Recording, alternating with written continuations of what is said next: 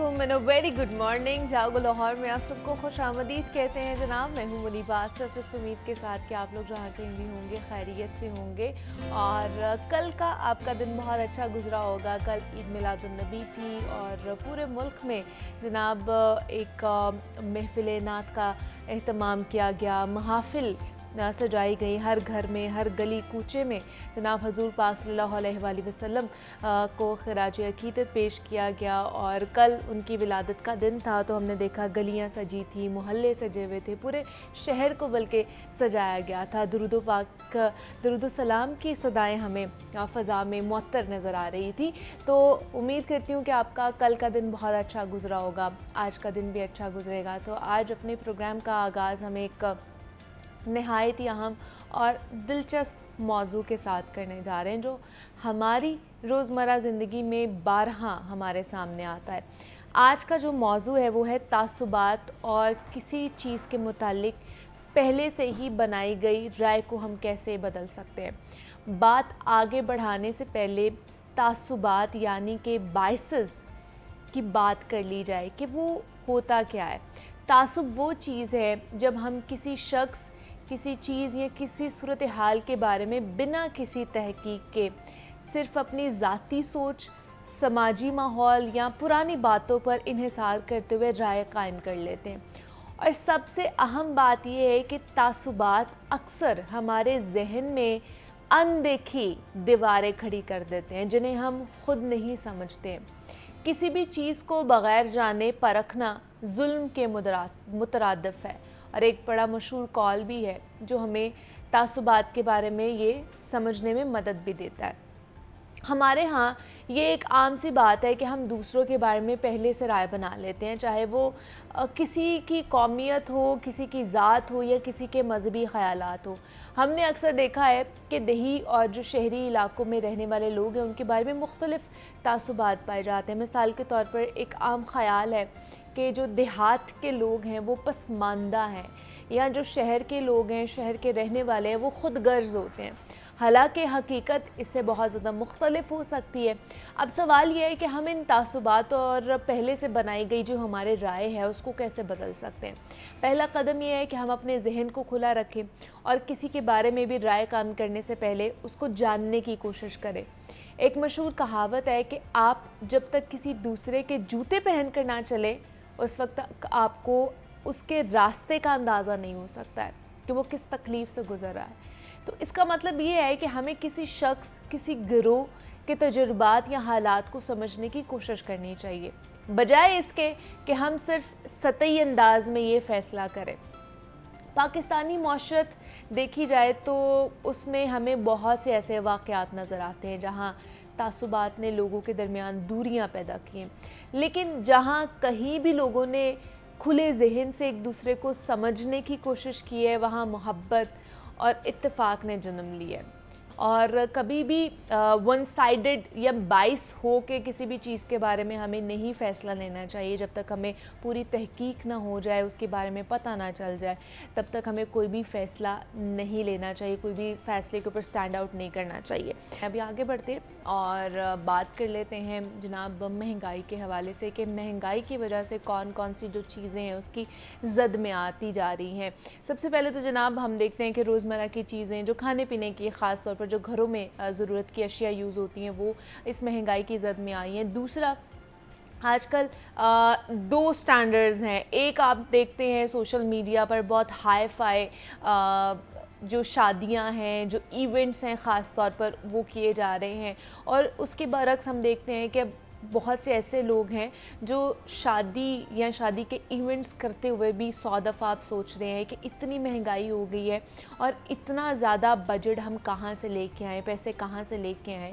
तो हम कम बजट में किस तरह मैनेज करें तमाम तर चीज़ों को, तीनों ख़ास तौर पर फंक्शंस को, और वो किस तरह किया जा सकता है, कहाँ पर किया जा सकता है, कितने लोगों का कितना बजट होना चाहिए। तो ये आजकल, क्योंकि ये रबीउल अव्वल का महीना भी है, बहुत से लोगों ने इस इस महीने में शादी भी करनी है, तो इसलिए हमने ये सेगमेंट रखा है ताकि आप तक वो अवेयरनेस या वो चीज़ें पहुंचाई जा सके, इन्फॉर्मेशन पहुंचाई जा सके जो आपके लिए बहुत ज़्यादा बेनिफिशियल हो। तो इस पर बात कर लेते हैं।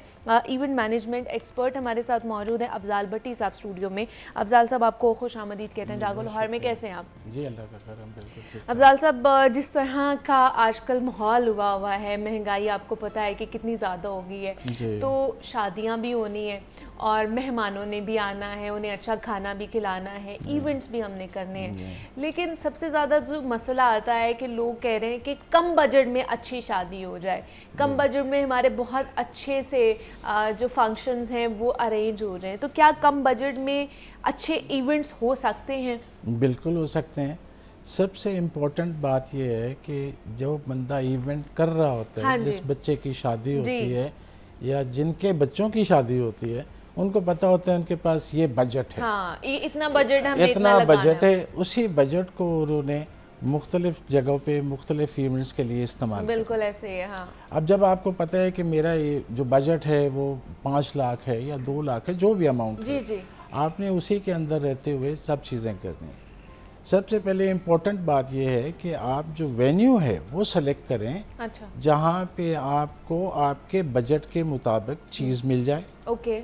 और वो जो वहाँ पे आपने ये देखना है कि क्वांटिटी आपने नहीं देखनी बट क्वालिटी देखनी है। क्वालिटी देखनी है, क्वांटिटी नहीं। क्वांटिटी नहीं देखनी है, Okay. आपने क्वालिटी देखनी है। ओके। फिर दूसरी बात ये है कि आपने उसी बजट के अंदर रहते हुए अपने मेहमानों को भी सर्व करना है। ट्रू। और वहाँ पे आपको ये करना पड़ेगा कि आपके मेहमानों की जो लिस्ट है उसको आप ट्रिम करें। अच्छा। उसको वहाँ पे लेके आएँ जिनको आप अच्छी तरीके से लुक आफ्टर कर सकें और उसी के जो एक्सपेंसेस बनते हैं वो आपके विद इन द बजट हों। ये भी ज़रूरी है। ठीक है। अब जब आप वेन्यू सेलेक्ट करते हैं तो आप ये देखिए कि वेन्यू सेलेक्ट करते हुए आपने ऐसा वेन्यू सेलेक्ट करना है जो आपके ऊपर भारी ना हो। फॉर इंस्टेंस, मैं जब ये बात करता हूँ किसी ऐसे हॉल में या ऐसी जगह पे आप जाते हैं, वो कहते हैं जी कि डेकोर भी आप मेरे से करवाएं, डीजे भी आप मेरे से लें, ऐसी जगह पे आप मत जाएं। आप अच्छा। हाँ बिल्कुल, क्योंकि वहाँ पे ये होगा फिर आपके खाने की जो प्राइस होगी, हाँ। वहाँ पे प्राइस तो आपके साथ में वो एग्री कर जाएंगे, ओके। लेकिन जब डेकोर की बारी आएगी तो वो आपके लिए एक जिम्मेदारी बन जाएगी।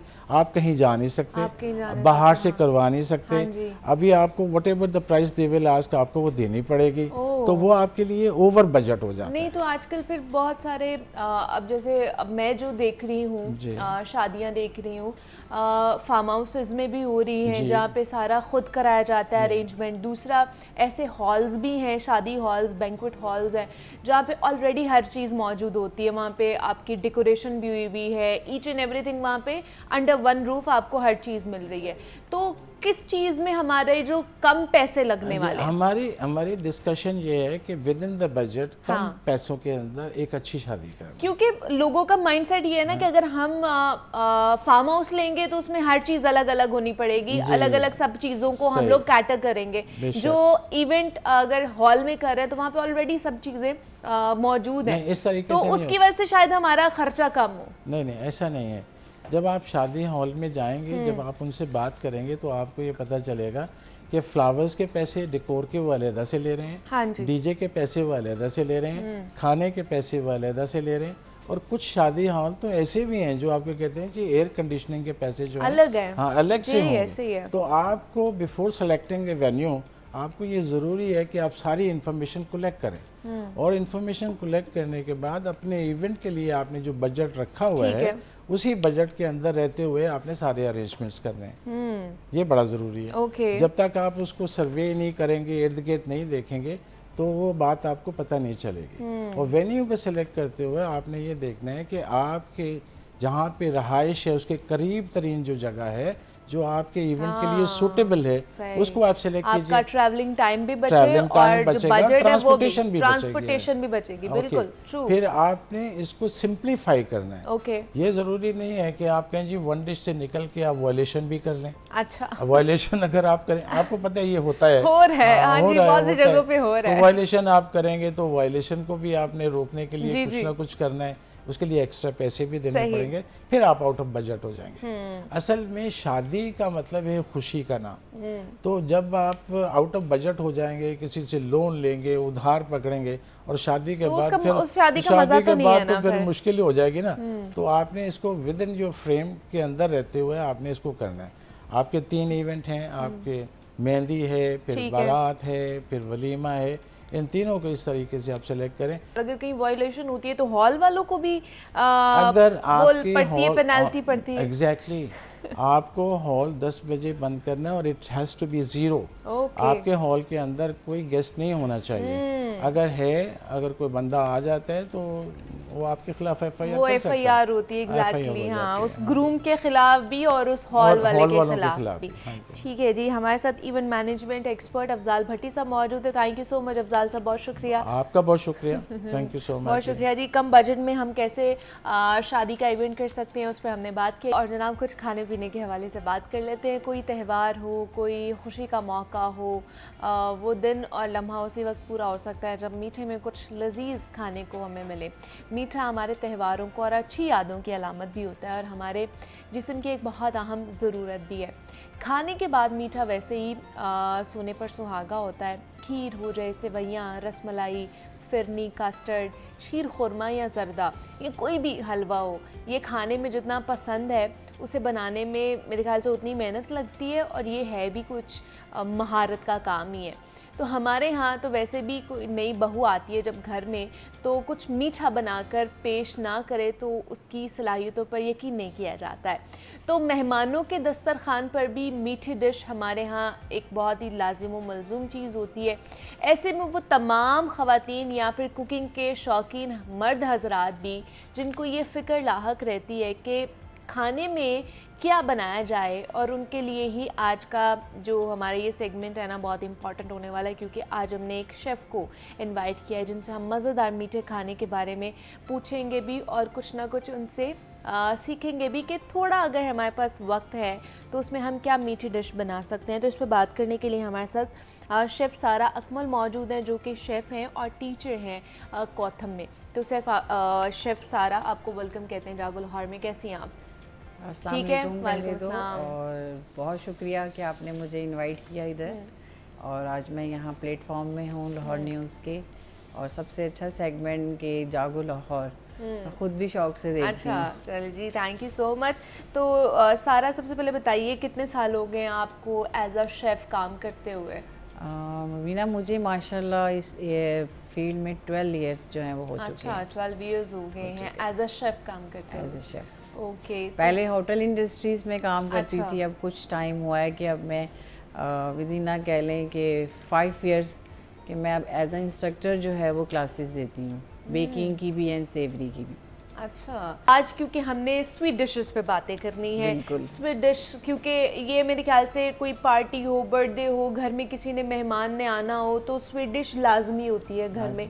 और या हम भी कहीं बाहर जाते हैं तो हमने एंड पे डिज़र्ट ज़रूर खाना होता है। तो ये अगर हमारे घर में मेहमान आ जाते हैं, अब आपको मैं एक सिचुएशन दे रही हूँ, हमारे घर में मेहमान आ रहे हैं, हमने फ़ौरन से 10 या 15 मिनट में उनके लिए कोई स्वीट डिश तैयार करनी है, तो उसमें हम क्या बना सकते हैं जो फौरी तौर पे बन जाए और वो मज़े की भी हो? उसमें अगर तो आप ओवन की साइड पे जाते हैं, यानी कि बेकिंग साइड पे जाते हैं, क्योंकि आप ज़ाहिर है लोग अपनी डाइट का भी ख्याल रखते हैं, इतना ऑयली फूड मीठा नहीं खाते। हाँ जी। तो उसमें ये होता है कि हम शाही टुकड़े हैं वो बेक कर सकते हैं। अच्छा। अंडों का हलवा हम उसमें बना सकते हैं ओवन के ओके। अंदर। अगर ओवन नहीं भी है तो हम माइक्रोवेव में भी कर सकते हैं ये काम। अच्छा, ठीक है। इससे आपका टाइम भी शॉर्ट हो जाएगा और आपकी एक जो फूड की जो कैलोरीज हैं, चाहे वो खासकर मीठे की जो होती हैं, वो भी इजीली हो जाती हैं। अच्छा, तो इसमें क्या क्या चीज़ें डलती हैं इनमें? अगर हम आते हैं इसकी तरफ, सूजी के हलवे की तरफ, या फिर एग के हलवे की तरफ, या फिर शाही टुकड़े, तो हम सिंपल सा इसी तरह मिल्क को सबसे पहले बॉईल करते हैं। मिल्क को बॉईल करने के बाद हम उसके अंदर शुगर ऐड करके ये कार्डमन पाउडर जिसे हम सब्ज़ इलायची बोलते हैं, पिंच ऑफ वो डाल दें ताकि वो अच्छा सा ज़रा दूध कट जाए। अच्छा। और अगर आप उसमें खोया डालना चाहें तो वेल एंड बेस्ट, वरना आप कस्टर्ड भी कोई फ्लेवर डाल सकते हैं। ओके। तो ये हम कह लेते हैं कि हमने ना उसकी सॉस बनानी है। हाँ। ये शाही टुकड़ों की। ठीक है। देन आप शाही टुकड़ों की ब्रेड के लिए उसको ट्रायंगल काटें, सर्कल काटें, जो भी आप जो आपको शेप जो है ना अच्छी शेप लगती दे है। दें। ठीक है। उसके बाद हम क्या करते हैं कि उनके ऊपर हल्का सा white butter, not salted butter, white butter use yes, करना। अनसॉल्टेड बटर लें ओके। ब्रश से, और उसको 180 की डिग्री के ऊपर सेल्सियस पे 20 मिनट्स के लिए लगा दें आप, ओके। ताकि वो अच्छे से बोथ ऑफ साइड जो है वो हल्का सा ब्राउन ब्राउन सा क्रिस्पी कलर आ जाए, क्रंची हो जाए। ठीक है। और 20 मिनट्स के बाद जब हम उसे डिश आउट करेंगे ओवन से, तब हम क्या करेंगे, उसको अपनी प्रेजेंटेशन प्लेटर में लगाएंगे। देन उसके ऊपर जो हमने भी सॉस तैयार की होगी वो लगाएंगे, पिस्ताशियोज, आलमंड्स, जो भी नट्स आपके हैं, पास ठीक हों, है। और उसको अगेन हम 10 मिनट्स का टाइम ओवन में देंगे। तो 30 मिनट्स में आप कह लें कि आपके बेहतरीन शाही टुकड़े, वो भी बेक तैयार है मीठे में, वो जो है ना आपके बन सकते हैं। ओके, बन सकते हैं। वाह जी वाह। ठीक है। और इसके अलावा अगर हम सूजी साइड पर आएँ, तो आज मैं भी एक चीज़ लेकर आई हूँ, एक ब्राउनीज़ और एक अच्छा। ये बसबूसा कहते हैं हम इसे, और इसमें कोई फ्लावर वगैरह नहीं यूज़ होता, सबसे बड़ी बात। अच्छा। ये एक सूजी और एग से हम ये चीज़ बनाते हैं और लोग बहुत शौक से खाते हैं। ओके। मेरी फैमिली में, मेरे स्टूडेंट्स में, सब में ये चीज़ मेरी बहुत ज़्यादा स्पेशलिटी नाम है। क्या है? इसका नाम है बसबूसा। बसबूसा। Yes. अच्छा, और इसमें क्या क्या इंग्रेडिएंट्स इसमें हम डालते हैं क्या कहते हैं, सबसे पहले तो सूजी आती है। ठीक है। कि आपने 1 कप ऑफ सूजी ले लेना, या 200 ग्राम सूजी ले लें। इसके अलावा 5 एग्स ले लें। अगर आप मीठे में चाहते हैं कि मतलब ज़्यादा ना हो, तो आप कंडेंस मिल्क भी यूज़ कर सकते हैं, शुगर के विदाउट। और उसके अलावा हम इसमें सबसे बड़ी जो चीज़ डालते हैं वो कोकोनट डालते हैं। ओके। कोकोनट एक तो इसको बाइंड भी करता है हाँ। एज अ क्रश फॉर्म में या पाउडर फॉर्म में, जो भी आपके पास हो। सही। तो हम इसको अच्छी तरह मिक्स करके बीटर मशीन से ना ओवन में अपना पैन ग्रीस करते हैं और इसको ओवन पे लगा देते हैं 180 के टेम्परेचर पे 40 मिनट्स के लिए। ओके, ये बेक और हो ये जाएगा। जब बेक हो जाता है, फिर हम इसके ऊपर हल्का सा शीरा लगाते हैं। अच्छा। चाहे वो मिल्क से लगा लें, चाहे वाटर से लगा लें, जो भी आपके पास अवेलेबल हो, और बाद में ऊपर क्रश बादाम डाल दें। हाँ हाँ, क्या बात है। तो आपका बसबूसा जो है ना Yes, वो yeah. रेडी हो जाएगा, और ये बहुत टेस्टी भी होगा एंड क्विक भी है, और ऐसा कोई बहुत ज़्यादा इंग्रेडिएंट्स भी नहीं आपको चाहिए हैं। तो आप ये घर में आप easily घर तैयार की कर मतलब आराम से ये चीज़ें हर घर में मौजूद होता है। ये क्या कहते हैं, सूजी, हाँ जी, एग्स तो हर वक्त ही मौजूद बिल्कुल, होते हैं, दूध भी होता है Yes, सारी। तो ये हाँ। बड़े इजीली आप अपने घर पे ये मीठा बना सकते हैं। चलें जी, क्या बात है। तो इस वक्त मेरे ख्याल से जो आपके स्टूडेंट्स भी, आपके घर वाले भी देख रहे होंगे, तो वो भी कह रहे होंगे कि बड़ी जल्दी जल्दी सारी चीज़ें। तो हम भी इसको ट्राई करेंगे, हमारे देखने वाले भी ज़रूर इसको ट्राई करें, फिर हमें बताइएगा कि आपका एक्सपीरियंस कैसा रहा है। तो मैं भी इसको ट्राई करूँगी घर जाके। तो हमारे साथ शेफ़ सारा अकमल मौजूद थी। शेफ़ सारा, thank you so much for coming here and best of luck for your future. तो जनाब, यहाँ पे हम शेफ़ सारा से बात कर रहे थे, कुछ स्वीट डिशेस के हवाले से बात की है, और किस तरह हम बना सकते हैं उस पर बात की है, कौन कौन सी रेसिपी। तो यहाँ पे एक छोटी सी मैंने ब्रेक लेनी है, ब्रेक से वापस आते हैं तो मज़ीद हम नए गेस्ट से आपकी मुलाकात कराएंगे।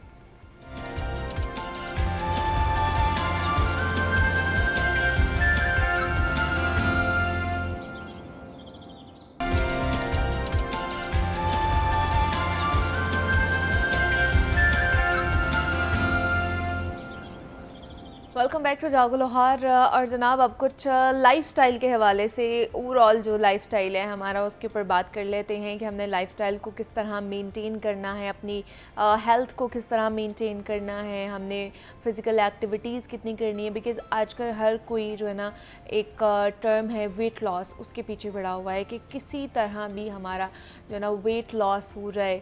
हम मुख्तलिफ़ डाइट्स का इस्तेमाल करते हैं, क्रैश डाइट्स कर रहे होते हैं, कीटो डाइट्स कर रहे होते हैं, हर चीज़ खाना पीना छोड़ देते हैं, कार्बोहाइड्रेट्स अपनी डाइट में से निकाल देते हैं। तो ये किस तरह फ़ायदेमंद साबित होती है। दूसरा कि लेटेस्ट बहुत सारी जो ट्रीटमेंट्स हैं फॉर वेट लॉस वो आजकल चल रहे हैं, तो उनमें कौन कौन सी चीज़ें आ जाती हैं और उनको किस तरह हमने लेकर चलना है, या डिज़ाइन किस तरह होनी चाहिए हमारी अकॉर्डिंग टू आवर बॉडी। तो इस पर बात कर लेते हैं। इस पर बात करने के लिए खदीजा अवान हमारे साथ स्टूडियोज़ में मौजूद हैं, क्लिनिकल न्यूट्रिशनिस्ट एंड डाइटिशियन हैं। खदीजा, आपको वेलकम कहते हैं जागो लाहौर में। कैसी हैं आप? अस्सलाम वालेकुम। वालेकुम मैं अस्सलाम। बिल्कुल ठीक, आप कैसी हैं? मैं भी बिल्कुल ठीक ठाक। Khadija, weight loss weight loss, weight loss मतलब ये ऐसी चीज़ है, हर कोई चाहता है कि हमने Everyone, वेट लॉस everyone, करना है। exactly. तो ये एक टर्म मेरे ख्याल से कि अब जिस तरह डिप्रेशन का बहुत से लोगों को पता चल गया ना कि अच्छा हम सिम्टम्स पूछते हैं, ये बताते हैं तो लोग कहते हैं हाँ हम भी इसमें जो है ना शायद Exactly. फॉल करते हैं। तो इस तरह वेट लॉस में भी अब आ गया कि थोड़ा सा कुछ होता है, लोग कहते हैं नहीं जी अब हम मोटे हो गए, Exactly. हमने वेट लॉस करना है। Exactly. तो लेटेस्ट जो ट्रीटमेंट्स हैं वेट लॉस के वो क्या क्या आ चुके हैं? हमने तो डाइट्स पे बहुत ज़्यादा बात की, लेकिन लेटेस्ट ट्रीटमेंट्स क्या हैं? अच्छा, फर्स्ट ऑफ ऑल तो मैं ये कहना चाहूँगी कि जिस तरह से ये एक अवेयरनेस है about the weight loss, so it's not a bad thing. ठीक है। हाँ, आपको कोई भी चीज़ जो है वो एक्सट्रीम लेवल पे जाके फॉलो नहीं करनी चाहिए कि आप बहुत ज़्यादा अंडरवेट जा रहे हो या आप इतनी ज़्यादा डाइट जो है वो कर रहे हो कि आपकी इम्यूनिटी कम हो रही है, या आपने इतनी ज़्यादा क्रैश डाइट को फॉलो किया है कि आपकी ओवरऑल अपीयरेंस और ओवरऑल जो हेल्थ है वो इफ़ेक्ट हो रही है। तो अगर आपकी हेल्थ को मेंटेन कर रहा है आपका कोई भी वेट मैनेजमेंट जो है, so it's a very good thing. क्योंकि पहले हमें लोगों को काउंसल करना पड़ता था कि दिस इज़ नॉट हेल्थ, आप मैल न्यूट्रिशन की तरफ जा रहे हो, और मैल न्यूट्रिशन डजंट मीन कि वो आपका बस लैक ऑफ न्यूट्रिशन है, एक्सेस ऑफ न्यूट्रिशन भी है जो वो आपको मैल न्यूट्रिशन की तरफ लेके जाता है। तो अभी थोड़ा सा ये हो गया कि अभी इतना काउंसल नहीं करना पड़ता वेट लॉस को लेकर। ठीक है, people are eager to lose their weight. ठीक, अभी इतना हमारा काम हो गया है। अब आगे जो है जो डिस्कशन स्टार्ट हो गई है वो ये स्टार्ट हो गई है कि there are so many treatments, जिसमें सर्जिकल ट्रीटमेंट्स भी हैं, इन्वेसिव ट्रीटमेंट्स जिनको हम कहते हैं, और नॉन इन्वेसिव ट्रीटमेंट्स भी हैं। अब जो लोग हैं ना वो बहुत ज़्यादा नॉन इन्वेसिव ट्रीटमेंट्स की तरफ जा रहे हैं। ठीक है, उसमें बहुत ज़्यादा मार्केटिंग का भी हाथ है, यानी कि कोई चीज़ इतनी ज़्यादा आपके सामने से गुजर रही है या कोई चीज़ इतनी ज़्यादा एडवर्टाइज हो रही है that you really want to do that. Like हम कुछ सजेस्ट करें ना करें, people have options on their own कि हम ये ट्राई करना चाहते हैं या ये ट्राई करना चाहते हैं। तो मेरा आज ये इस डिस्कशन का मेरा मकसद ये था लोगों को ये समझाना, ख़वातीन को स्पेशली ये समझाना कि we have different types of body fat, ठीक है, and we have different histories के हमारा ये जो वज़न ज़्यादा है ये क्यों है।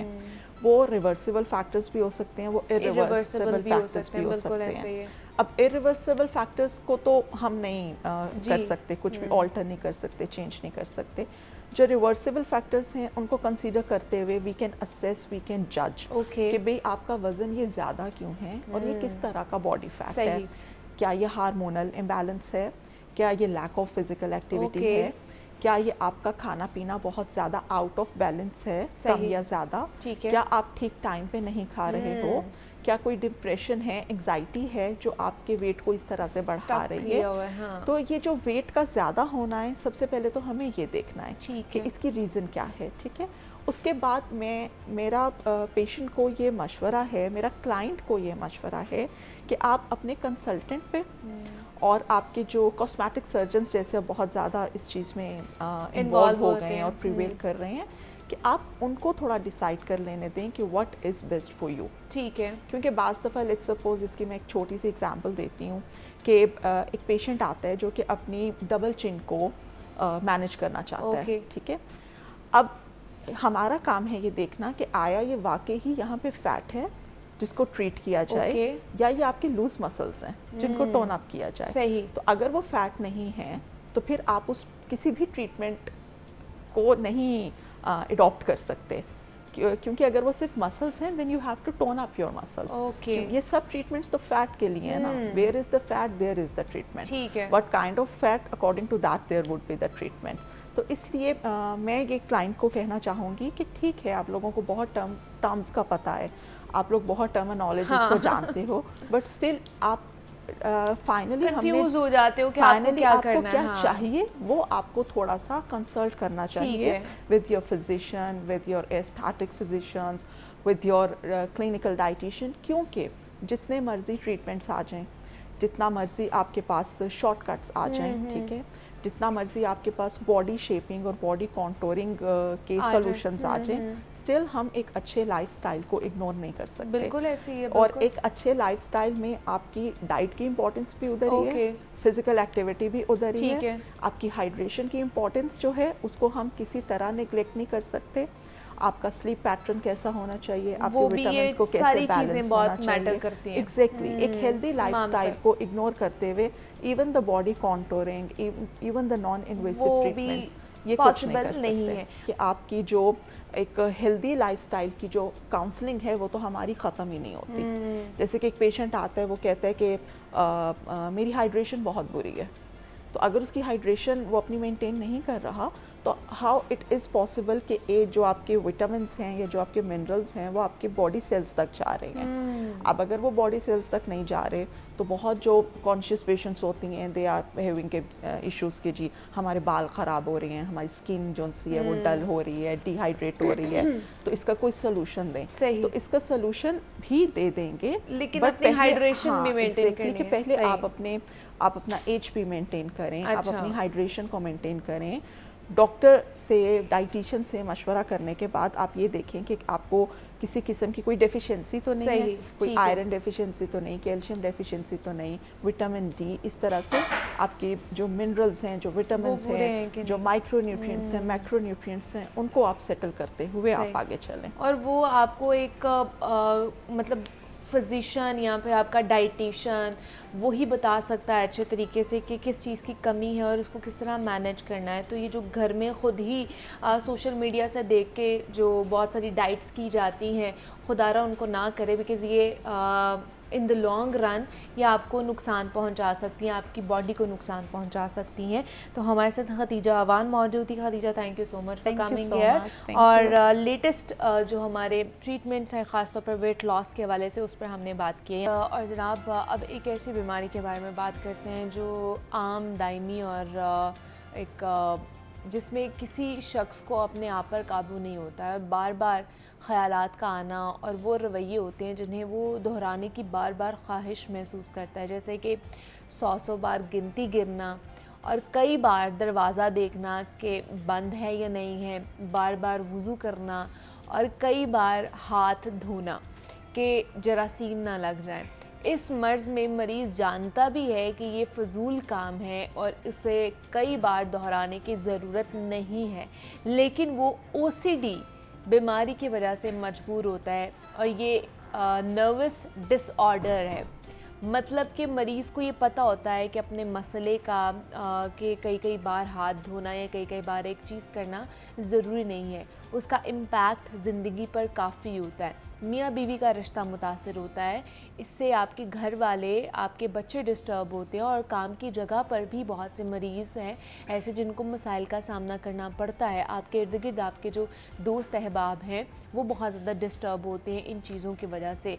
तो ये किस तरह होती है OCD, क्या बीमारी है, इसका हल क्या है, इसके साइंस एंड सिम्टम्स क्या हो सकते हैं, इस पर हमने बात करनी है। इस पर बात करने के लिए डॉक्टर सैयद हमजा बुखारी साहब स्टूडियोज़ में हमारे साथ मौजूद हैं, जो कि होम्योपैथिक एक्सपर्ट हैं। डॉक्टर साहब, आपको वेलकम कहते हैं जागो लाहौर में। कैसे हैं आप? जी अल्हम्दुलिल्लाह जी, बहुत शुक्रिया जी, इतने अहम टॉपिक के ऊपर आपने मदऊ किया जी। आजकल सर इसके बहुत ही ज़्यादा पेशेंट्स आते जा रहे हैं। डॉक्टर साहब OCD है, हर कोई कहता है जी हमें OCD है, हमें इस चीज़ से OCD है, उस चीज़ से OCD है। क्या OCD?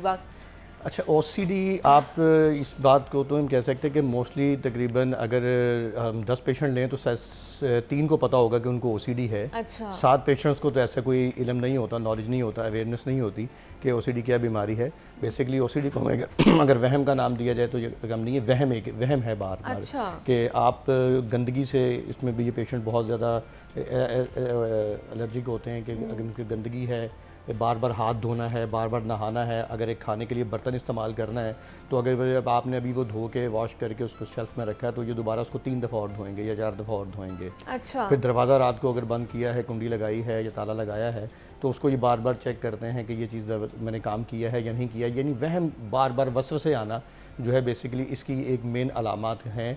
तो जिसको लोग तो मोस्टली इतना ज़्यादा OCD, तो मैंने कहा ना कि एक लफ्ज़ ऐसा है कि हमारे यहाँ पर इतना लोगों को इस बारे में जानते ही नहीं है। लेकिन वहम के हवाले से जब हम उनको आसान लैंग्वेज में जब बात करेंगे तो डेफ़िनेटली जब आप इस प्रोग्राम के तवस्सुल से बहुत सारे हज़ारों या लाखों लोगों तक ये मैसेज पहुँचता है तो डेफ़िनेटली वो अपनी इस बीमारी के बारे में बहुत सारा अवेयर भी हो जाएंगे और उनको पता भी चलेगा कि बीमारी है क्या और ये क्यों होती है और उसके लिए क्या कर सकते हैं। होती क्यों है ये? अच्छा, क्या वजह क्या है जी, इसकी? इसमें उसी तरफ आ रहा हूँ। इसमें बेसिकली जो हमारे मुआशरे की एक डेवलपमेंट एनवायरनमेंट है या एक हमारा एनवायरनमेंट है, उन सब चीज़ों को अगर देखा जाए तो उसके कुछ ऐसे असरात हैं जो उसमें मेंटल हेल्थ के ऊपर असर होते हैं। अब इसमें जैसे एक कुछ चीज़ों में इसमें जो होता है कि बचपन से ही और जेनेटिक तौर पे, जैसे दादा को थी, दादी को थी, अच्छा। नाना नानी में से किसी में थी, तो वो ट्रैवल करके आगे फैमिली में भी ये चीज़ ट्रैवल कर जाती है। एक तो जेनेटिक ये चीज़ आ जाती है।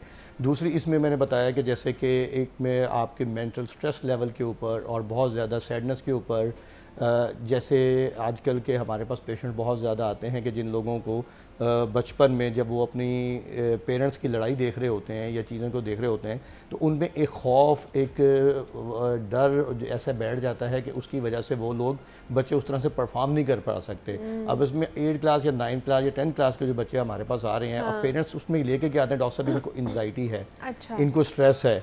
तो डेफिनेटली अगर उनको स्ट्रेस और एंजाइटी आ रहा है तो उसमें सबसे पहले मेरा सवाल हमारा पेशेंट से ये होता है जी कि आप ये बताएं कि आपके घर का माहौल कैसा है, कि आपकी जो आपस में जो आपकी मियाँ बीवी के जो लड़ाइयाँ हैं वो बच्चों के सामने हैं या अलग से आप लड़ते हैं। तो डेफिनेटली वो उस चीज़ को डिक्लेयर करते हैं कि जी बिल्कुल हमारे घर में जो माहौल है वो बहुत ज़्यादा प्रेशर वाला है, बच्चों के सामने लड़ाई होती है, बच्चे सहम जाते हैं, खौफ करते हैं। तो फिर जब उनसे पूछा जाता है कि जी बताएं जी आप दोनों में से किसको ज़्यादा पसंद करते हैं, तो वो मोस्टली फिर यही कहते हैं जी हम माँ को ज़्यादा पसंद करते हैं, वालिद साहब बहुत ज़्यादा शॉटिंग करते हैं और बहुत ज़्यादा चीखते हैं, चिल्लाते हैं और मारते हैं, ऐसी चीज़ें करते हैं। तो फिर जब वो पेरेंट्स जब फ्रेंडली नहीं होते तो ये छोटी उम्र में से जब ये चीज़ें साथ इंसान के साथ चलना शुरू करती हैं तो फिर ज़ाहिर बात है इन फ्यूचर में जाके वो चीज़ें प्रॉब्लम करती हैं। वो OCD है, बाइपोलर डिजीज़ है, शीज़ोफ्रीनिया है, ये मुख्तलिफ हमारी जो मेंटल इलनेस है इसकी बीमारी की नाम होता है।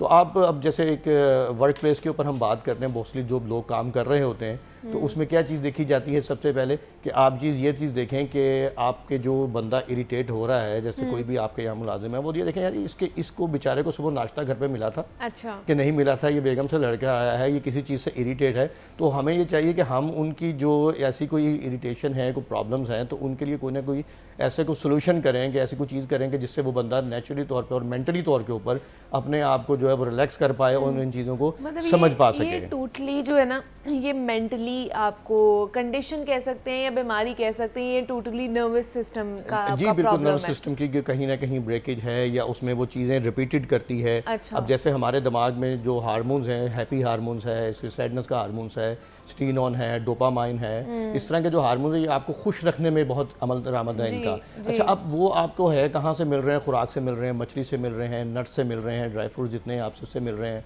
ओमेगा 3 से मिल रहे हैं। ओमेगा 3 बड़ी ऐसी हमारी ज़रूरी नहीं कि आप बहुत एक्सपेंसिव जाके वो चीज़ें परचेज़ करें, तो वो चीज़ें हैं, ये मुख्तलिफ 50-50, 20-20, 30 रुपए की चीज़ें हैं जिनसे आप लेके तो आप अपने जो एसिड्स हैं इनको आप मेंटेन कर पा सकते हैं और इसको पूरा रखते हैं। तो डेफिनेटली आपकी वो जो एक OCD है, ये शीज़ोफ्रीनिया है, बाइपोलर डिजीज़ है, अच्छा। डिप्रेशन है, फियर है, स्ट्रेस है, इन चीज़ों को आपके अंदर वो आपके जो नैरो सेल्स होते हैं, नैरो मीटर्स होते हैं छोटे छोटे, जो बेसिकली इस स्ट्रेस को, इस खौफ को आपके बर्दाश्त करवाते हैं। आपकी इन चीज़ों को आपको कंसंट्रेशन करने के लिए आपकी उतनी हिम्मत, वो ताकत देते हैं कि आप इन चीज़ों को समझ सकें और इसका मुकाबला कर सकें। लेकिन ये लोग बहुत स्वेरिटी के ऊपर भी चले जाते हैं, मतलब कि बार बार हाथ धोना है, बार बार चीज़ें देखनी है, मतलब कि वर्सन सिचुएशन भी हो जाती है इस तरह के लोगों के अंदर। तो वो कौन सी स्टेज आ जाती है?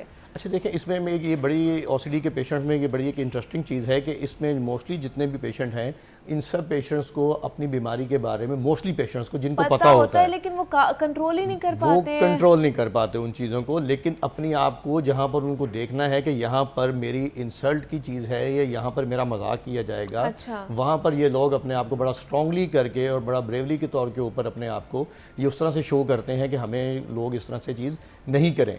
उसमें क्या चीज़ होगी, जैसे 2 दफ़ा या 3 दफ़ा के प्लेट को धोना या हाथ को धोना, वो 1 दफ़ा उठ के धो के आ जाएंगे। अच्छा। ठीक है, और उसके बाद फिर वो, लेकिन वो चीज़ उनको इरिटेट करती रहेंगी और उसमें फिर जो खाना है या चीज़ें करनी है। डॉक्टर साहब, मैंने ऐसे लोगों को देखे जो OCD है, वो तो बाहर जाके खाना भी नहीं खाते हैं, किसी के साथ बैठ के खाना नहीं खाते। जी बिल्कुल, मैंने बताया ना कि आपका वो डिपेंडिंग करता है कि उस बंदे ने आपका कोई ऐसा फेस या ऐसे ही आपकी कोई चीज़ देख ली है कि जिससे वो बंदा एलर्जिक हो गया है, तो वो डेफिनेटली वो अपने दिल में रखेगा, वो कभी भी उस बात को शो नहीं करेगा कि भाई मुझे आपसे ये प्रॉब्लम थी या आपसे ये चीज़ें हो गई। ये अपने अंदर अपनी चीज़ों लगती हैं क्योंकि इनकी सेंसेस बहुत ज़्यादा तेज़ होती हैं। ठीक है। अच्छा। और इनकी थिंकिंग हर टाइम, वो दिमाग को हर टाइम चलाते रहते किसी न किसी तरीके से।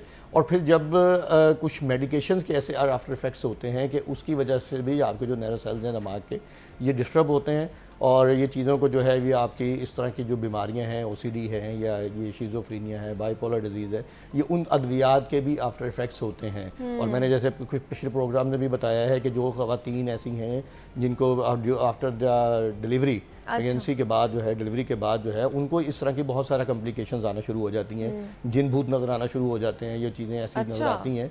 लेकिन वो क्या चीज़ होती हैं कि सिर्फ आपका बॉडी केमिकल्स का जो इनबैलेंसमेंट है, बेसिकली वो चीज़ है। वो जो इनबैलेंसमेंट आपके बॉडी की केमिकल्स की इनबैलेंसमेंट हो रही है, उसकी वजह से आपके जो दिमाग में वो वसवसे वो चीज़ें ऐसी पैदा कर रही हैं। तो उसमें होम्योपैथिक में भी अल्हम्दुलिल्लाह बहुत अच्छा इसका इलाज मौजूद है। और ऐसी चीज़ें, अब जैसे मैंने बात कर रहा था बच्चों की, छोटे बच्चों में 12 या 13 या 14 साल के बच्चों में जब प्रॉब्लम्स आ रही हैं, एंजाइटी की, स्ट्रेस की, रोते रहने की, OCD की, तो उसमें अगर देखें, अगर तो मैं किसी तरीके इलाज की यहाँ मुखालफत की बात तो नहीं करता, लेकिन मैं ये जनरली एक बात करता हूँ कि जब हम किसी भी पेशेंट्स को कोई ऐसी जो दूसरे, हमारी तो दवाइयों में कोई ऐसी चीज़ नहीं है कि आफ्टर इफेक्ट्स नहीं है कि आप ये कहें जी कि दवाई दे दी और इसके बाद आप लेने के बाद होम्योपैथिक दवाई के 20 कतरे पीने के बाद आपको नहीं पता कि आप जाग रहे हैं या सो रहे हैं या क्या कर रहे हैं। After the taking the medicine you can do anything, you can drive, you can watch TV, लेकिन जब आप सोना चाहेंगे तो डेफिनेटली आपको एक पुरसुकून नींद आएगी, साउंड स्लीप आएगी। अच्छा, उसमें ऐसी चीज़ें नहीं होंगी कि आपने दवाई लेने के बाद पता नहीं है। जबकि दीगर मुतबादिल तरीका इलाज में, अगर आप एक बच्चे ने सुबह 6 बजे उठना है और उसने स्कूल जाना है और उसको आप कोई ऐसी एंटी एंजाइटी पिल्स या ऐसी कोई चीज़ दे रहे हैं, तो डेफिनेटली वो चीज़ें उसके दिमाग के ऊपर बहुत असर उस तरह से करेंगी, उसकी मेमोरी को इफेक्ट करेंगी और बहुत सारी प्रॉब्लम उसके लिए क्रिएट करेंगे। और सुबह उसके लिए उठना पॉसिबल नहीं है उस चीज़ों के लिए, कि वो काफ़ी प्रॉब्लम कर लेती हैं इस चीज़ों में। तो इसको मद्देनज़र रखते हुए फिर हम इसीलिए कहते हैं कि आप होम्योपैथिक के इलाज को अपनाइए, होम्योपैथिक को देखिए, क्योंकि WHO से रिकमेंडेड है, पूरी दुनिया भर में राइज है और इससे पूरी दुनिया भर के जो मरीज़ हैं वो इससे इस्तेफ़ादा हासिल कर रहे हैं।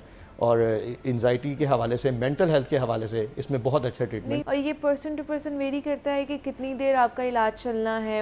अगर OCD या डिप्रेशन के इस पे बात कर लें कि खौफ आपको रहता है, तो इसमें कब से कितने से लेके कितना आपका जो है ना वो इलाज चलना है? अच्छा, इसमें ये डिपेंड करता है कि आप जो किस एज में आप हमारे पास आ रहे हैं। जिस एज के ऊपर आ रहे होंगे उस एज के हवाले से फिर हम इसको चीज़ों को देख के तो फिर उसके में ट्रीट करते हैं। जैसे हमारे पास छोटे बच्चे आते हैं इलाज के लिए, तो डेफिनेटली उनको हम और तरीके से ट्रीट करते हैं। ऑटिज़म में आते हैं या दूसरी चीज़ों में आते हैं, तो वो क्या चीज़ें होती हैं, वो बेसिकली कुछ और रिकवरी का टाइम उनका जल्दी होता है। लेकिन इसी तरह जैसे 10, 12, 14 साल में आ रहे हैं, उसमें टाइम कुछ और होगा।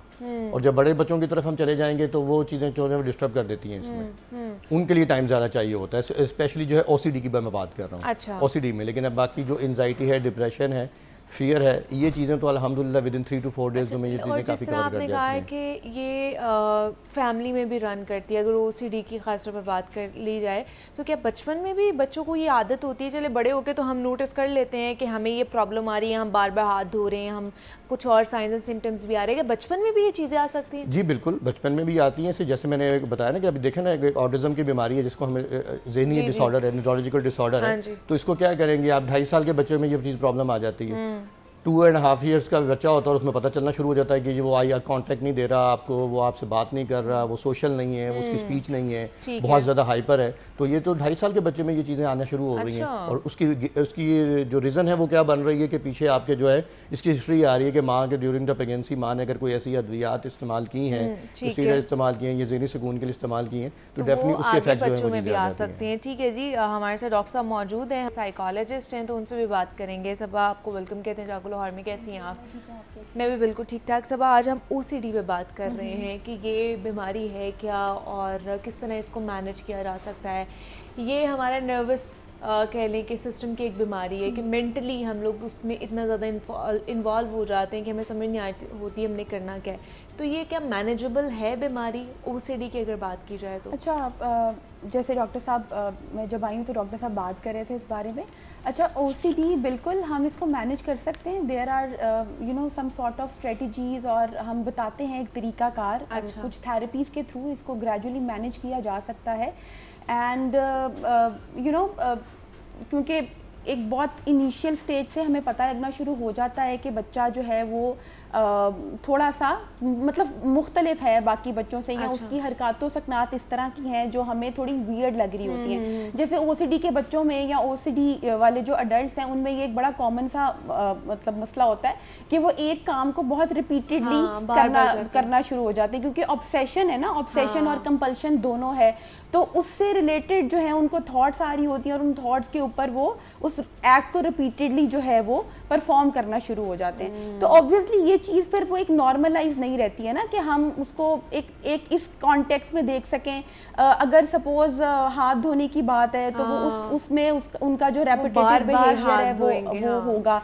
और समटाइम्स ऐसा भी होता है कि अगर वो हाथ नहीं धो रहे हैं ना, या मतलब वो शावर नहीं करना चाह रहे हैं, तो बहुत बहुत अरसा भी गुजर जाएगा। अच्छा। हाँ, वो इस कॉन्टेक्स्ट में भी रहते हैं कि वो इस चीज़ में परफॉर्म ही नहीं करना चाहते। ठीक है, तो इट्स नॉट ऑलवेज कि वो एक मतलब अगर हाथ धो रहे हैं तो धोए जा रहे हैं। इट्स लाइक कि अगर वो कभी नहीं भी उस चीज़ को परफॉर्म करना चाह रहे तो वो उनकी प्रोलॉन्ग होना शुरू हो जाती है, because it's just a compulsion और ऑब्सेशन इन देयर माइंड, और वो जो एक थॉट है वो उनको उस एक्शन को परफॉर्म करने में। आपके साथ एक वाकया शेयर करूं कि मुझे पता चला OCD मेरी फ्रेंड है, उसकी खाला को है। अब वो मुझे बता रही हैं कि उनको अपने पैरों से OCD है। हाँ। और वो अपने पैरों को हाथ नहीं लगा सकती, इवन दो कि वो पैर खुद भी नहीं धो सकती हैं, कोई और बंदा आके उनके पैर, मतलब घर में कोई और जो पर्सन है वो उनके पैर धोता है, वो अपने पैरों को ना देखती है और ना ही हाथ लगाती है। मतलब इस हद तक OCD है उन्हें। ये भी होता है कि किसी एक स्पेसिफिक चीज से भी आपको OCD हो सकती है। बिल्कुल स्पेसिफिक, क्योंकि ऑब्सेशन एक क्रिएट हो जाती है ना, एक थॉट दिमाग में बैठ जाती है। अच्छा। और वो क्योंकि कोपिंग स्ट्रेटजीज उनको नहीं पता होती, उनको अंदाजा नहीं होता कि हमने इसको किस तरह से कोप करना है, तो बस एक जो थॉट उनके दिमाग में बैठ गई है ना, जैसे आपने कहा कि वो कोई और आके उनके लिए वो काम करे, तो बस ये उसके लिए एक चीज़ डेवलप हो गई है कि कोई और ही कर सकता है, मतलब I am not capable to do this. तो फिर इसके लिए हम उनको सिखाते हैं, हम छोटी छोटी एक्टिविटीज़ कराते हैं। अगर आप मतलब देखो ना कि जैसे हम थेरेपीज़ में हम क्या करते हैं, तो हम उनको ना स्मॉल लेवल से इंट्रोड्यूस कराना शुरू करते हैं। बहुत एक इनिशियल लेवल से, and then we can say that कि 30, 35, 40 सेशंस के बाद जो है वो पर्सन इतना कैपेबल होता है कि उसका एक्सपोजर डेवलप होना शुरू होता है। ये इतना प्रोलॉन्ग भी चला जाता है। अच्छा, तो एक तो चलिए ये जेनेटिकली भी प्रिवेल करती है, आपके अंदर आ सकती है, लेकिन इसके और क्या फैक्टर्स हो सकते हैं कि ये OCD आपको हो रही है? अगर जेनेटिकली नहीं भी आई तो क्या वैसे भी हो सकता है किसी बंदे को? हाँ, अच्छा पता है क्या है, इसमें ना सोशल एस्पेक्ट्स भी हैं, और as well as there are some other underlying causes जिसकी वजह से भी हम ये देख रहे होते हैं। इनिशियली ऐसा नहीं है कि हमेशा OCD ही निकल के सामने आएगा, समटाइम्स कोई और इशू, साइकोलॉजिकल इशू ट्रिगर हो सकता है। ठीक है, तो हम ये देखते हैं जब हमारे पास कोई OCD का पेशेंट आता है ना, तो हम ये देखते हैं कि OCD के साथ उसकी अंडरलाइंग कॉजेज क्या हैं। समटाइम्स स्ट्रेस और एंजाइटी बहुत एक सवेयर लेवल पे गई हुई होती है, या इसके अलावा हम न्यूरोलॉजिकल डिसऑर्डर्स को देखते हैं कि अगर अंडरलाइन कॉजेज में ऐसे कोई डिसऑर्डर्स तो नहीं है जो प्रिवेल कर रहे हैं इस तरफ। ठीक है, तो मतलब बहुत सारे आप कह लो कि अंडरलाइन कॉजेज हैं जिनको फिगर आउट करना पड़ता है। ठीक है, और उसके अलावा मैं ये कहूँगी कि सोशल फैक्टर्स भी होते हैं। अच्छा, अब इसी में बहुत से मतलब OCD की भी डिफरेंट किस्में हैं, डिफरेंट एग्जाम है। बहुत से लोगों को अब किसी चीज़ से OCD होती है, कोई बार बार हाथ धोता है, किसी को इतना वहम हो जाता है इतना ज़्यादा कि उसे लगता है कि कोई हमारे आसपास है, या कुछ ऐसी चीज़ें नज़र आ रही होती हैं। तो क्या ये भी इसी चीज़ में आती है? नहीं, ये दो डिफरेंट एस्पेक्ट्स हैं। अच्छा। कोई पास होना या किसी की मौजूदगी का एहसास होना, जैसे मैंने पहले बताया ना कि अंडरलाइन कॉजेज होते हैं। हमेशा ऐसे नहीं हो सकता कि सिर्फ OCD ही आए, समटाइम्स ये अकेला प्रिवेल करता है, लेकिन sometimes there are another underline causes ना जो उसके साथ मिल के भी सामने आते हैं। तो ये वाली जो बात है ना कि किसी और का एहसास होना या कोई हेलुसिनेशंस वाली एक चीज़ आना, इसको हम ये कहते हैं कि वो टुवर्ड्स स्किज़ोफ्रेनिया भी डाइवर्ट हो रहा है, लेकिन प्योरली किसी और का अपनी मतलब अपने साथ किसी और की मौजूदगी का एहसास करना या ख्यालात इस तरह से आना कि कोई मुझे आवाज़ें दे रहा है या कोई मुझसे बात कर रहा है, it's totally related to hallucinations. तो क्या इसको एक नॉर्मल मतलब समझा जा सकता है कि नहीं ये नॉर्मल नहीं है? नहीं, ये बिल्कुल नॉर्मल नहीं है। हमारे अनफॉर्चुनेटली ना हमारी सोसाइटी में ये कहा जाता है, अगर जैसे मतलब कोई इस तरह आपकी सराउंडिंग में है ना पर्सन, तो फैमिली का इन जनरल पॉइंट ये होता है कि इस पे काला जादू हो गया है, अच्छा। इस पे किसी ने कुछ कर दिया है। अच्छा, अब जैसे अभी आपने एग्जांपल दी ना, अभी रिसेंटली मैंने एक केस देखा है, एक बच्ची का केस था और उसके साथ ये मसला था कि वो पिछले 4 साल से नहाई नहीं है। अभी जो मैंने आपको OCD वाली एग्जांपल दी, और उसके घर वाले ये कहते हैं, उसकी मदर ये कहती हैं कि नहीं मेरी बेटी बिल्कुल ठीक है, इसके ऊपर कोई साया है, तो मैं किसी से मेरी बात चल रही है, मैं इसको उन बाबा जी के पास लेके जाऊंगी और वो फिर, तो ये वाला बहुत मसला है मिसकंसेप्शन का कि हम इस चीज़ को बजाय ये अंडरस्टैंड करें कि ये एक साइकोलॉजिकल इशू है दैट कैन बी मैनेजेबल। मैं ये नहीं कहूँगी कि ये ट्रीटेबल है, it could be manageable, it's manageable.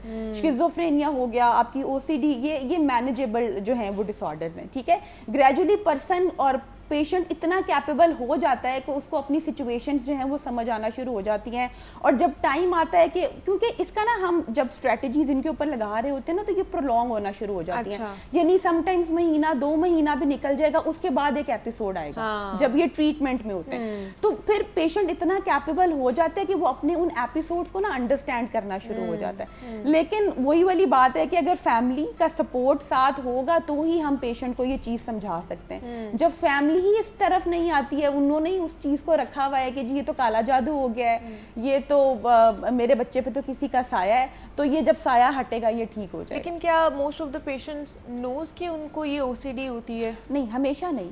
अच्छा, हमेशा नहीं। देखें, पेशेंट को तो पहली इंसाइट नहीं है ना, उसको तो पता ही नहीं है कि उसके साथ क्या चल रहा है, उसके लिए वो बिहेवियर एक नॉर्मल बिहेवियर है। और अगर आप देखो तो वो सराउंडिंग्स में उसकी वजह से जो लड़ाइयाँ और वो जो सब कुछ हो रहा होता है वो इसलिए क्योंकि उसके लिए वो एक नॉर्मल बिहेवियर है, और वो ये एम्फेसाइज कराने की कोशिश कर रहा होता है कि मेरे इस, आप लोग वियर्ड है, मेरे इस बिहेवियर को नॉर्मलाइज करें, ठीक है। तो वो क्योंकि घर वालों की तरफ से उस तरफ एक्सेप्टेंस नहीं होती, कभी माँ साथ दे देती है, कभी बाप की तरफ से एक सॉफ्ट कॉर्नर आ जाता है, कभी बहन भाई उस चीज को जो है वो ओवरकम बाहर जब जाते हैं आप कलीग्स में, फ्रेंड्स में बैठते हैं, तो वो जो चीज़ें हैं वो ज़्यादा ऑकवर्ड फील होती हैं और उसमें आपको मैनेज करना चाहिए। तो मैनेजेबल ये ट्रीटमेंट है, मैनेजेबल ये डिजीज़ है, ये इसको डिसऑर्डर कह सकते हैं, इसको डिजीज़ भी नहीं कह सकते हैं। तो ये आपको किसी प्रोफेशनल बंदे से कंसल्ट करके इसको आप बेहतर कर सकते हैं। तो हमारे साथ डॉक्टर सैयद हमजा बुखारी साहब मौजूद थे और मिस सबा मौजूद थी। Thank you so much Saba for coming here, बहुत शुक्रिया डॉक्टर साहब कि आप भी यहाँ पर आए। यहाँ पे एक ब्रेक लेते हैं, मिलते हैं इस ब्रेक के बाद।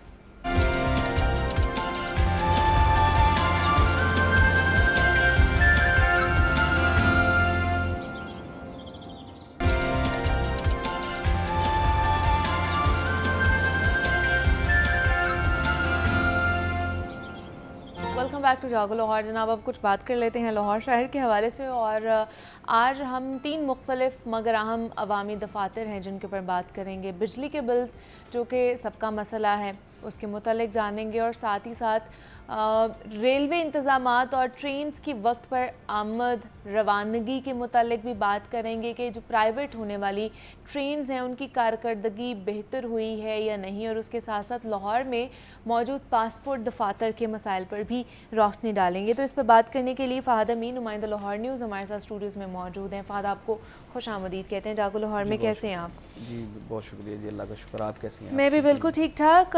फ़हद साहब, सबसे पहले तो बिजली के भारी भरकम बिल जो लोगों को आ रहे थे, उसके बाद 2 महीने की हमें जो है रिलीफ भी मिला, तो वो जो रिलीफ था वो सिर्फ 2 महीने का था या वो मुस्तकिल भी है या वो आर्जी था सिर्फ? देखिए जी, बिजली तो हमारा इस वक्त जो है ना वो कौमी मसला बना हुआ। बिजली के बिल जो हैं जी, इतने ज़्यादा बिल हैं, इतनी महंगी बिजली हो चुकी है कि एक आम जो दिहाड़ीदार तबका है ना, उसके लिए बिल अदा करना उसके बस की बात नहीं रही।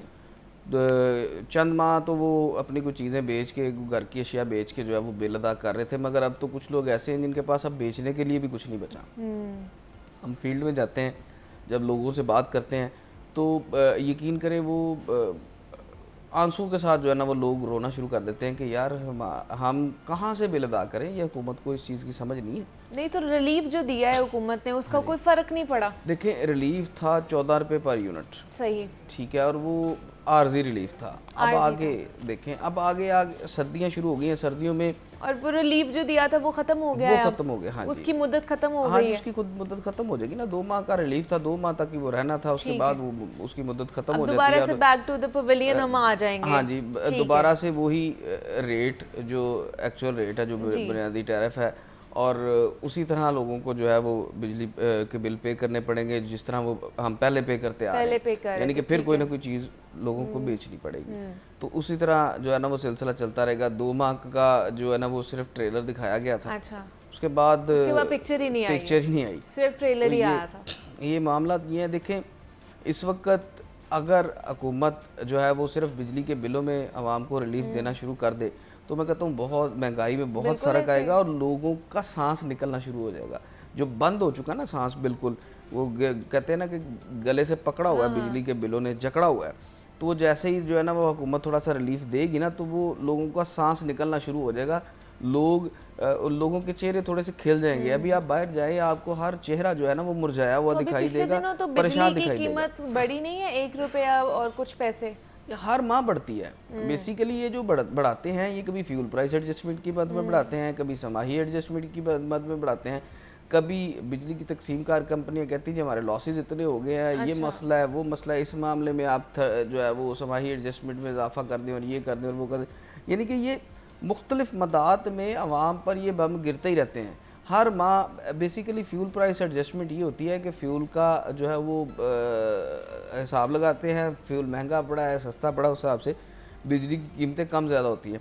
मगर गुज़िश्ता 4-5 साल से हम देखते आ रहे हैं कि ज़्यादा ही होती दिखाई दे रही है, हमें आज तक कम होती दिखाई नहीं दे रही, क्योंकि फ्यूल बहुत महंगा हो चुका है। और जो हम जो है वो दरामदी फ्यूल से जो बिजली बनाते हैं उसकी कीमतें बढ़ी हैं, उसके बाद हमें कैपेसिटी चार्जेस देने पड़ते हैं, और कैपेसिटी चार्जेस आप जब देते हैं तो बिजली सस्ती कर ही नहीं सकते आप उसमें। अच्छा, ठीक है, ठीक है। और दूसरा मामला ये है कि इस वक्त आवाम के लिए सिर्फ बिजली जो है वो, और अब सर्दियाँ शुरू होने वाली हैं, अब गैस के मसले शुरू हो जाएंगे, गर्मियाँ आती हैं तो बिजली के भारी भरकम बिल आ जाते हैं, या बिजली नहीं आती है, बिजली के मसाइल आ जाते हैं। अब जैसे ही सर्दियाँ शुरू होगी तो घरों में गैस नहीं आएगी, गैस के बिल भी बहुत ज़्यादा आएंगे, तो ये सूरत हाल रहती है। खैर, एक और मसला है जिसके ऊपर हमने बात करनी है, रेलवे के किरायों के हवाले से। पेट्रोलियम मसनूआत की कीमतें कम हुई हैं, तो क्या अब उसके बरक्स रेलवे के किराए या बाकी जो चीज़ें वो मैनेज हुई हैं या कम हुए हैं? देखिए 16 जुलाई को ना पेट्रोलियम डीज़ल की सिर्फ अगर हम बात करें तो डीज़ल की कीमत में 6 रुपये 65 पैसे कमी हुई थी जी, ठीक है, और डीज़ल 6 रुपये 65 पैसे तकरीबन कमी हुई थी, और डीज़ल की जो कीमत थी वो 283 रुपये 65 पैसे थी। ठीक है, इस वक्त जो डीज़ल की कीमत है 249 रुपये 60 पैसे है। ठीक है, यानी कि अगर आप इस तरह देखें तो ये जुलाई से अब तक ना, जुलाई से अब तक 16 जुलाई के बाद से अब तक आज तक डीज़ल की कीमत में 33 रुपये 94 पैसे कमी हुई है। ओवरऑल देखा जाए तो रेलवे के सिस्टम पर 3,80,000 लीटर डीजल रोज़ाना इस्तेमाल होता है। अच्छा। अगर हम उसमें देखें तो रेलवे को रोज़ाना की बुनियाद पर 1,25,00,000 रुपये 40,000 तक 1,28,40,000 जो है ना वो इससे फ़ायदा हुआ है डीजल की कीमतें कम होने से इतने अरसे में। मगर इसका 1 रुपया रिलीफ जो है ना वो आम जो रेलवे मुसाफिर है उसको नहीं दिया गया। अब देखें इतनी दफ़ा कीमतें कम हुई हैं, किराए कोई कम नहीं हुए, किराए नहीं कम हुए, कीमतें कम हो गई जैसे ही अब ये देखें अब 283 था, अब 249 रुपये 60 पैसे जी जी 250 होना है तो रेलवे ने किराए बढ़ा देने 50 पैसे डीजल की कीमत अगर बढ़ेगी तो रेलवे के साथ ही बढ़ जाएंगे, आ जाएगा ऐलान आ जाएगा जी 2% इजाफा, हमने जी बड़ी कोशिश की है, ज्यादा नहीं इजाफा किया, हमने 1% इजाफा कर दिया। सही, लेकिन कमी हुई है तो कमी नहीं करनी है, तो कमी का फायदा बेसिकली ये एक देखे जब इन चीज़ों में रिलीफ मिलता है ना तो हुकूमत का इस पे जो है ना फोकस होना चाहिए कि ये रिलीफ आवाम तक भी पहुंचे। अब आवाम तक तो ये रिलीफ गया ही नहीं। अब देखें ट्रांसपोर्टर्स ने किराए कम ही नहीं किए, बिल्कुल ऐसे उसके बाद रेलवे ने किराए कम ही नहीं किए, तो आवाम तक ये रिलीफ कैसे पहुंचेगा? अब ये तो रिलीफ पहुंचा जो इदारे हैं उनको और शराफिया को रिलीफ पहुंचा। ये इम्प्लीमेंटेशन हुकूमत ने करानी थी, ये हुकूमत की तरफ से उनके ऊपर कराते तो ये आवाम तक जो है ना ये रिलीफ एटलीस्ट पहुंचता। रेलवे को तो उन्होंने बेयारो मददगार छोड़ा हुआ है हुकूमत ने भी। अब अभी आज तक आपका रेलवे का मिनिस्टर ही नहीं, आपने उसको जो है वो नामजद कर सके या लगा सके, तो वो फिर जिन इदारों के सरबराह नहीं होते ना, वो इसी तरह चलते हैं। किसी घर का सरबराह भी नहीं होगा ना, तो वो घर भी इसी तरह ही चलेगा, बिखर जाएगा। और बिल्कुल ऐसे तो ये मामला तो यहाँ पर ये है कि जो रेलवे के मुलाजमीन हैं वो भी परेशान हैं, और जो मुसाफिर हैं वो भी परेशान हैं। चलें आपने प्राइवेट ट्रेनें की थी, उसमें मुसाफिरों को ये रिलीफ मिलता कि ट्रेनें वक्त पे आती, 4-4 5-5 घंटे ट्रेनें लेट हो रही हैं, ठीक है, उसमें क्या आवाम को जो है वो बिल्कुल ऐसे ही है जनाब। पिछले 76 साल से ये रेलवे का ये सूरत हाल बनी ये हुई है, और देखें बस ये समझें कि ये एक सफेद हाथी की तरह बोझ पे बोझ डालता जा रहा है। नहीं ये नहीं बोझ नहीं है, बोझ नहीं है, मैं आपको बताता हूँ। बोझ नहीं है, नहीं, दुनिया में पाकिस्तान रेलवे वाहिद ऐसा रेलवे है जो फ्रेट की बजाय मुसाफिरों से मुनाफा कमा रहा है। लेकिन वो फायदा नहीं है ना, फिर वो भी हमें फायदा नहीं दे रहे, वो मुसाफिर को फायदा नहीं हो रहा है ना, इसलिए मैं कह रही हूँ वो बोझ है अवाम के ऊपर बोझ है, और कुछ भी नहीं है। तो बोझ ही बोझ है। अच्छा खैर, पासपोर्ट ऑफिस की मिसाल भी हमने डिस्कस करने हैं, लास्ट मिनट्स कुछ चल रहे हैं, तो सुनने में ये आया कि जी लंबी क्यूज़ भी हैं और तारीखें भी लंबी लंबी मिल रही हैं कि अगर आपने नॉर्मल एक पासपोर्ट बनवाने के लिए एप्लीकेशन दी है तो वो 4 से 5 महीने लग रहे हैं, और इवन दो कि आपने अगर अर्जेंट भी बनवाना है जो पहले शायद 15 दिन में या 10 दिन में आ जाता था, अब वो भी 1 या 1.5 महीने लग रहा है। क्यों? देखिए, जो ये 3 तरह के पासपोर्ट जो है वो बन रहे हैं। पहला, सबसे पहला अगर आप नॉर्मल देखें तो नॉर्मल की जो फ़ीस है वो 4500 रुपये है, और वो तकरीबन 15 रोज़ में जो है वो आ जाता था। अच्छा, ठीक है। उसके बाद आप अर्जेंट की तरफ जाते हैं, अर्जेंट की जो फ़ीस है वो 7500 रुपये है, ठीक है, और वो भी आपको जो है वो तकरीबन हफ्ते के दौरानिए में अर्जेंट आ जाता था। उसके बाद आपका आता है फास्ट ट्रैक। अच्छा, फास्ट ट्रैक आपका उसका टाइम था 48 घंटे, 48 घंटे में पासपोर्ट आपको मिलना था, वो 2 दिनों में। हाँ जी, 2 दिनों में, और उसका जो उसकी फ़ीस थी वो 12,500 रुपये है। ठीक है। इस वक्त सिचुएशन ये है कि गुज़िश्ता 6 से 7 माह गुजर चुके हैं, नॉर्मल तो आ ही नहीं रहे। जिसने 7 माह पहले का अप्लाई किया हुआ उसका भी अभी तक नॉर्मल नहीं है। हाँ जी। उसके बाद जो अर्जेंट है वो भी नहीं आ रहे 5-6 माह से। ठीक है, यही सिचुएशन उनकी है। हाँ, सिर्फ फास्ट ट्रैक आ रहा, वो भी 1 हफ्ते के जो है वो टाइम पे डेट दी जाती है। 1 हफ्ते में जो है वो 1 हफ्ते के दौरान फास्ट की पैसे ज्यादा है इसलिए फास्ट ट्रैक। हाँ जी, 12,500 रुपये, वही मैंने इसीलिए मैंने साथ जो है ना वो इनकी फीसें भी बताई हैं। मतलब पैसे ज्यादा देंगे तो आपको पासपोर्ट पैसे ज्यादा देंगे तो आपको फास्ट ट्रैक पे जो है ना वो मिल जाएगा, नॉर्मल देंगे तो फिर इंतजार करें आप, शायद आपके बच्चों को कहीं मिल जाए आपके जाने के बाद, ठीक है ना, वो ज़िंदगी गुजरने के बाद शायद कोई बच्चों को आके पासपोर्ट दे जाए, वो कि जी आपके वाले साहब ने पासपोर्ट बनवाया था और ये आप ले लें, अब उनको तो ज़रूरत नहीं रही। अच्छा, सूरत हाल ये है कि देखें पासपोर्ट इतना बड़ा अदारा है, ठीक है, इतनी फीसें ले रहे हैं और वफाकी अदारा है, नहीं तो वजह क्या है? वही मैं वजह की तरफ ही आ रहा हूँ। वजह ये है कि जी स्याही नहीं है। अच्छा, पेपर्स नहीं है, ठीक है, तो भाई स्टाफ तो है ही, स्याही और पेपर नहीं है। अब आप ये देखें कि वो स्याही और पेपर कितने कहीं यूरोप से आना है हमारे पास, या उन्होंने आके दे के जाना है कि यार ये ले लो। हाँ, कि नहीं जी, आप बंदे भी भेज रहे हैं, ठीक है, बंदे भी हमारी तरफ आ रहे हैं यहाँ से, और ये पेपर भी ले लो, चलो शायद ये ले लें, चले कोई ना कोई तो प्रॉब्लम निकाल ही लेते हैं हम। खैर, दूसरा जो एजेंट माफिया के खिलाफ जो अब कार्रवाइयां हो रही हैं और उनका अफाका हुआ है, कुछ भी नहीं हो रहा जी। देखिए, नहीं, आप किसी भी पासपोर्ट ऑफिस के बाहर जाएं, आपको एजेंट माफिया दिखाई देगा। हाँ जी, वो कहेगा जी 48 घंटे का टाइम जो आपको फास्ट ट्रैक पे दिया हुआ है, पैसे दें, हम इसको जल्दी मंगवा देते हैं। हाँ जी, ठीक है, और जो अर्जेंट है वो भी इस वक्त सूरत हाल है 6 से 7 हज़ार रुपया वो अर्जेंट माफिया लेता है, वो कहता है जी लाएं आपको, 2 दिन में आपको, 3 दिन में अर्जेंट भी मिल जाएगा। तो ये सिचुएशन है बेसिकली। आप जाके पासपोर्ट ऑफिस के बाहर चले जाए, आपके पास आपको अंदर जाने की जरूरत नहीं पड़नी ना, बाहर ही आपके पास आ जाए। हाँ जी, तो वो कहते हैं कि जी पैसे दें आप, ठीक है, और आपका काम हो जाएगा, आपका काम, आपको टेंशन लेने की जरूरत नहीं है, हम लोग आपकी फीस भी खुद जमा करा देंगे, हम अंदर भी खुद चले जाएंगे, सारा कुछ खुद कर लेंगे। वो मजेदारी की बात ये है कि उस वक्त स्याही भी आ जाती है, उस वक्त पेपर भी आ जाता है, उस वक्त सारी चीजें आ जाती है, कोई हर्डल नहीं होता। ठीक है जी, फाद अमीन साहब हमारे साथ मौजूद थे, नुमाइंदा लाहौर न्यूज़ है। फाद, बहुत शुक्रिया आपके वक्त का, और हम रेलवे के हवाले से, बिजली के हवाले से और पासपोर्ट ऑफिस के हवाले से बात कर रहे थे। मुझे इजाज़त दीजिए, अपना ख्याल रखिएगा, अल्लाह हाफ़िज़।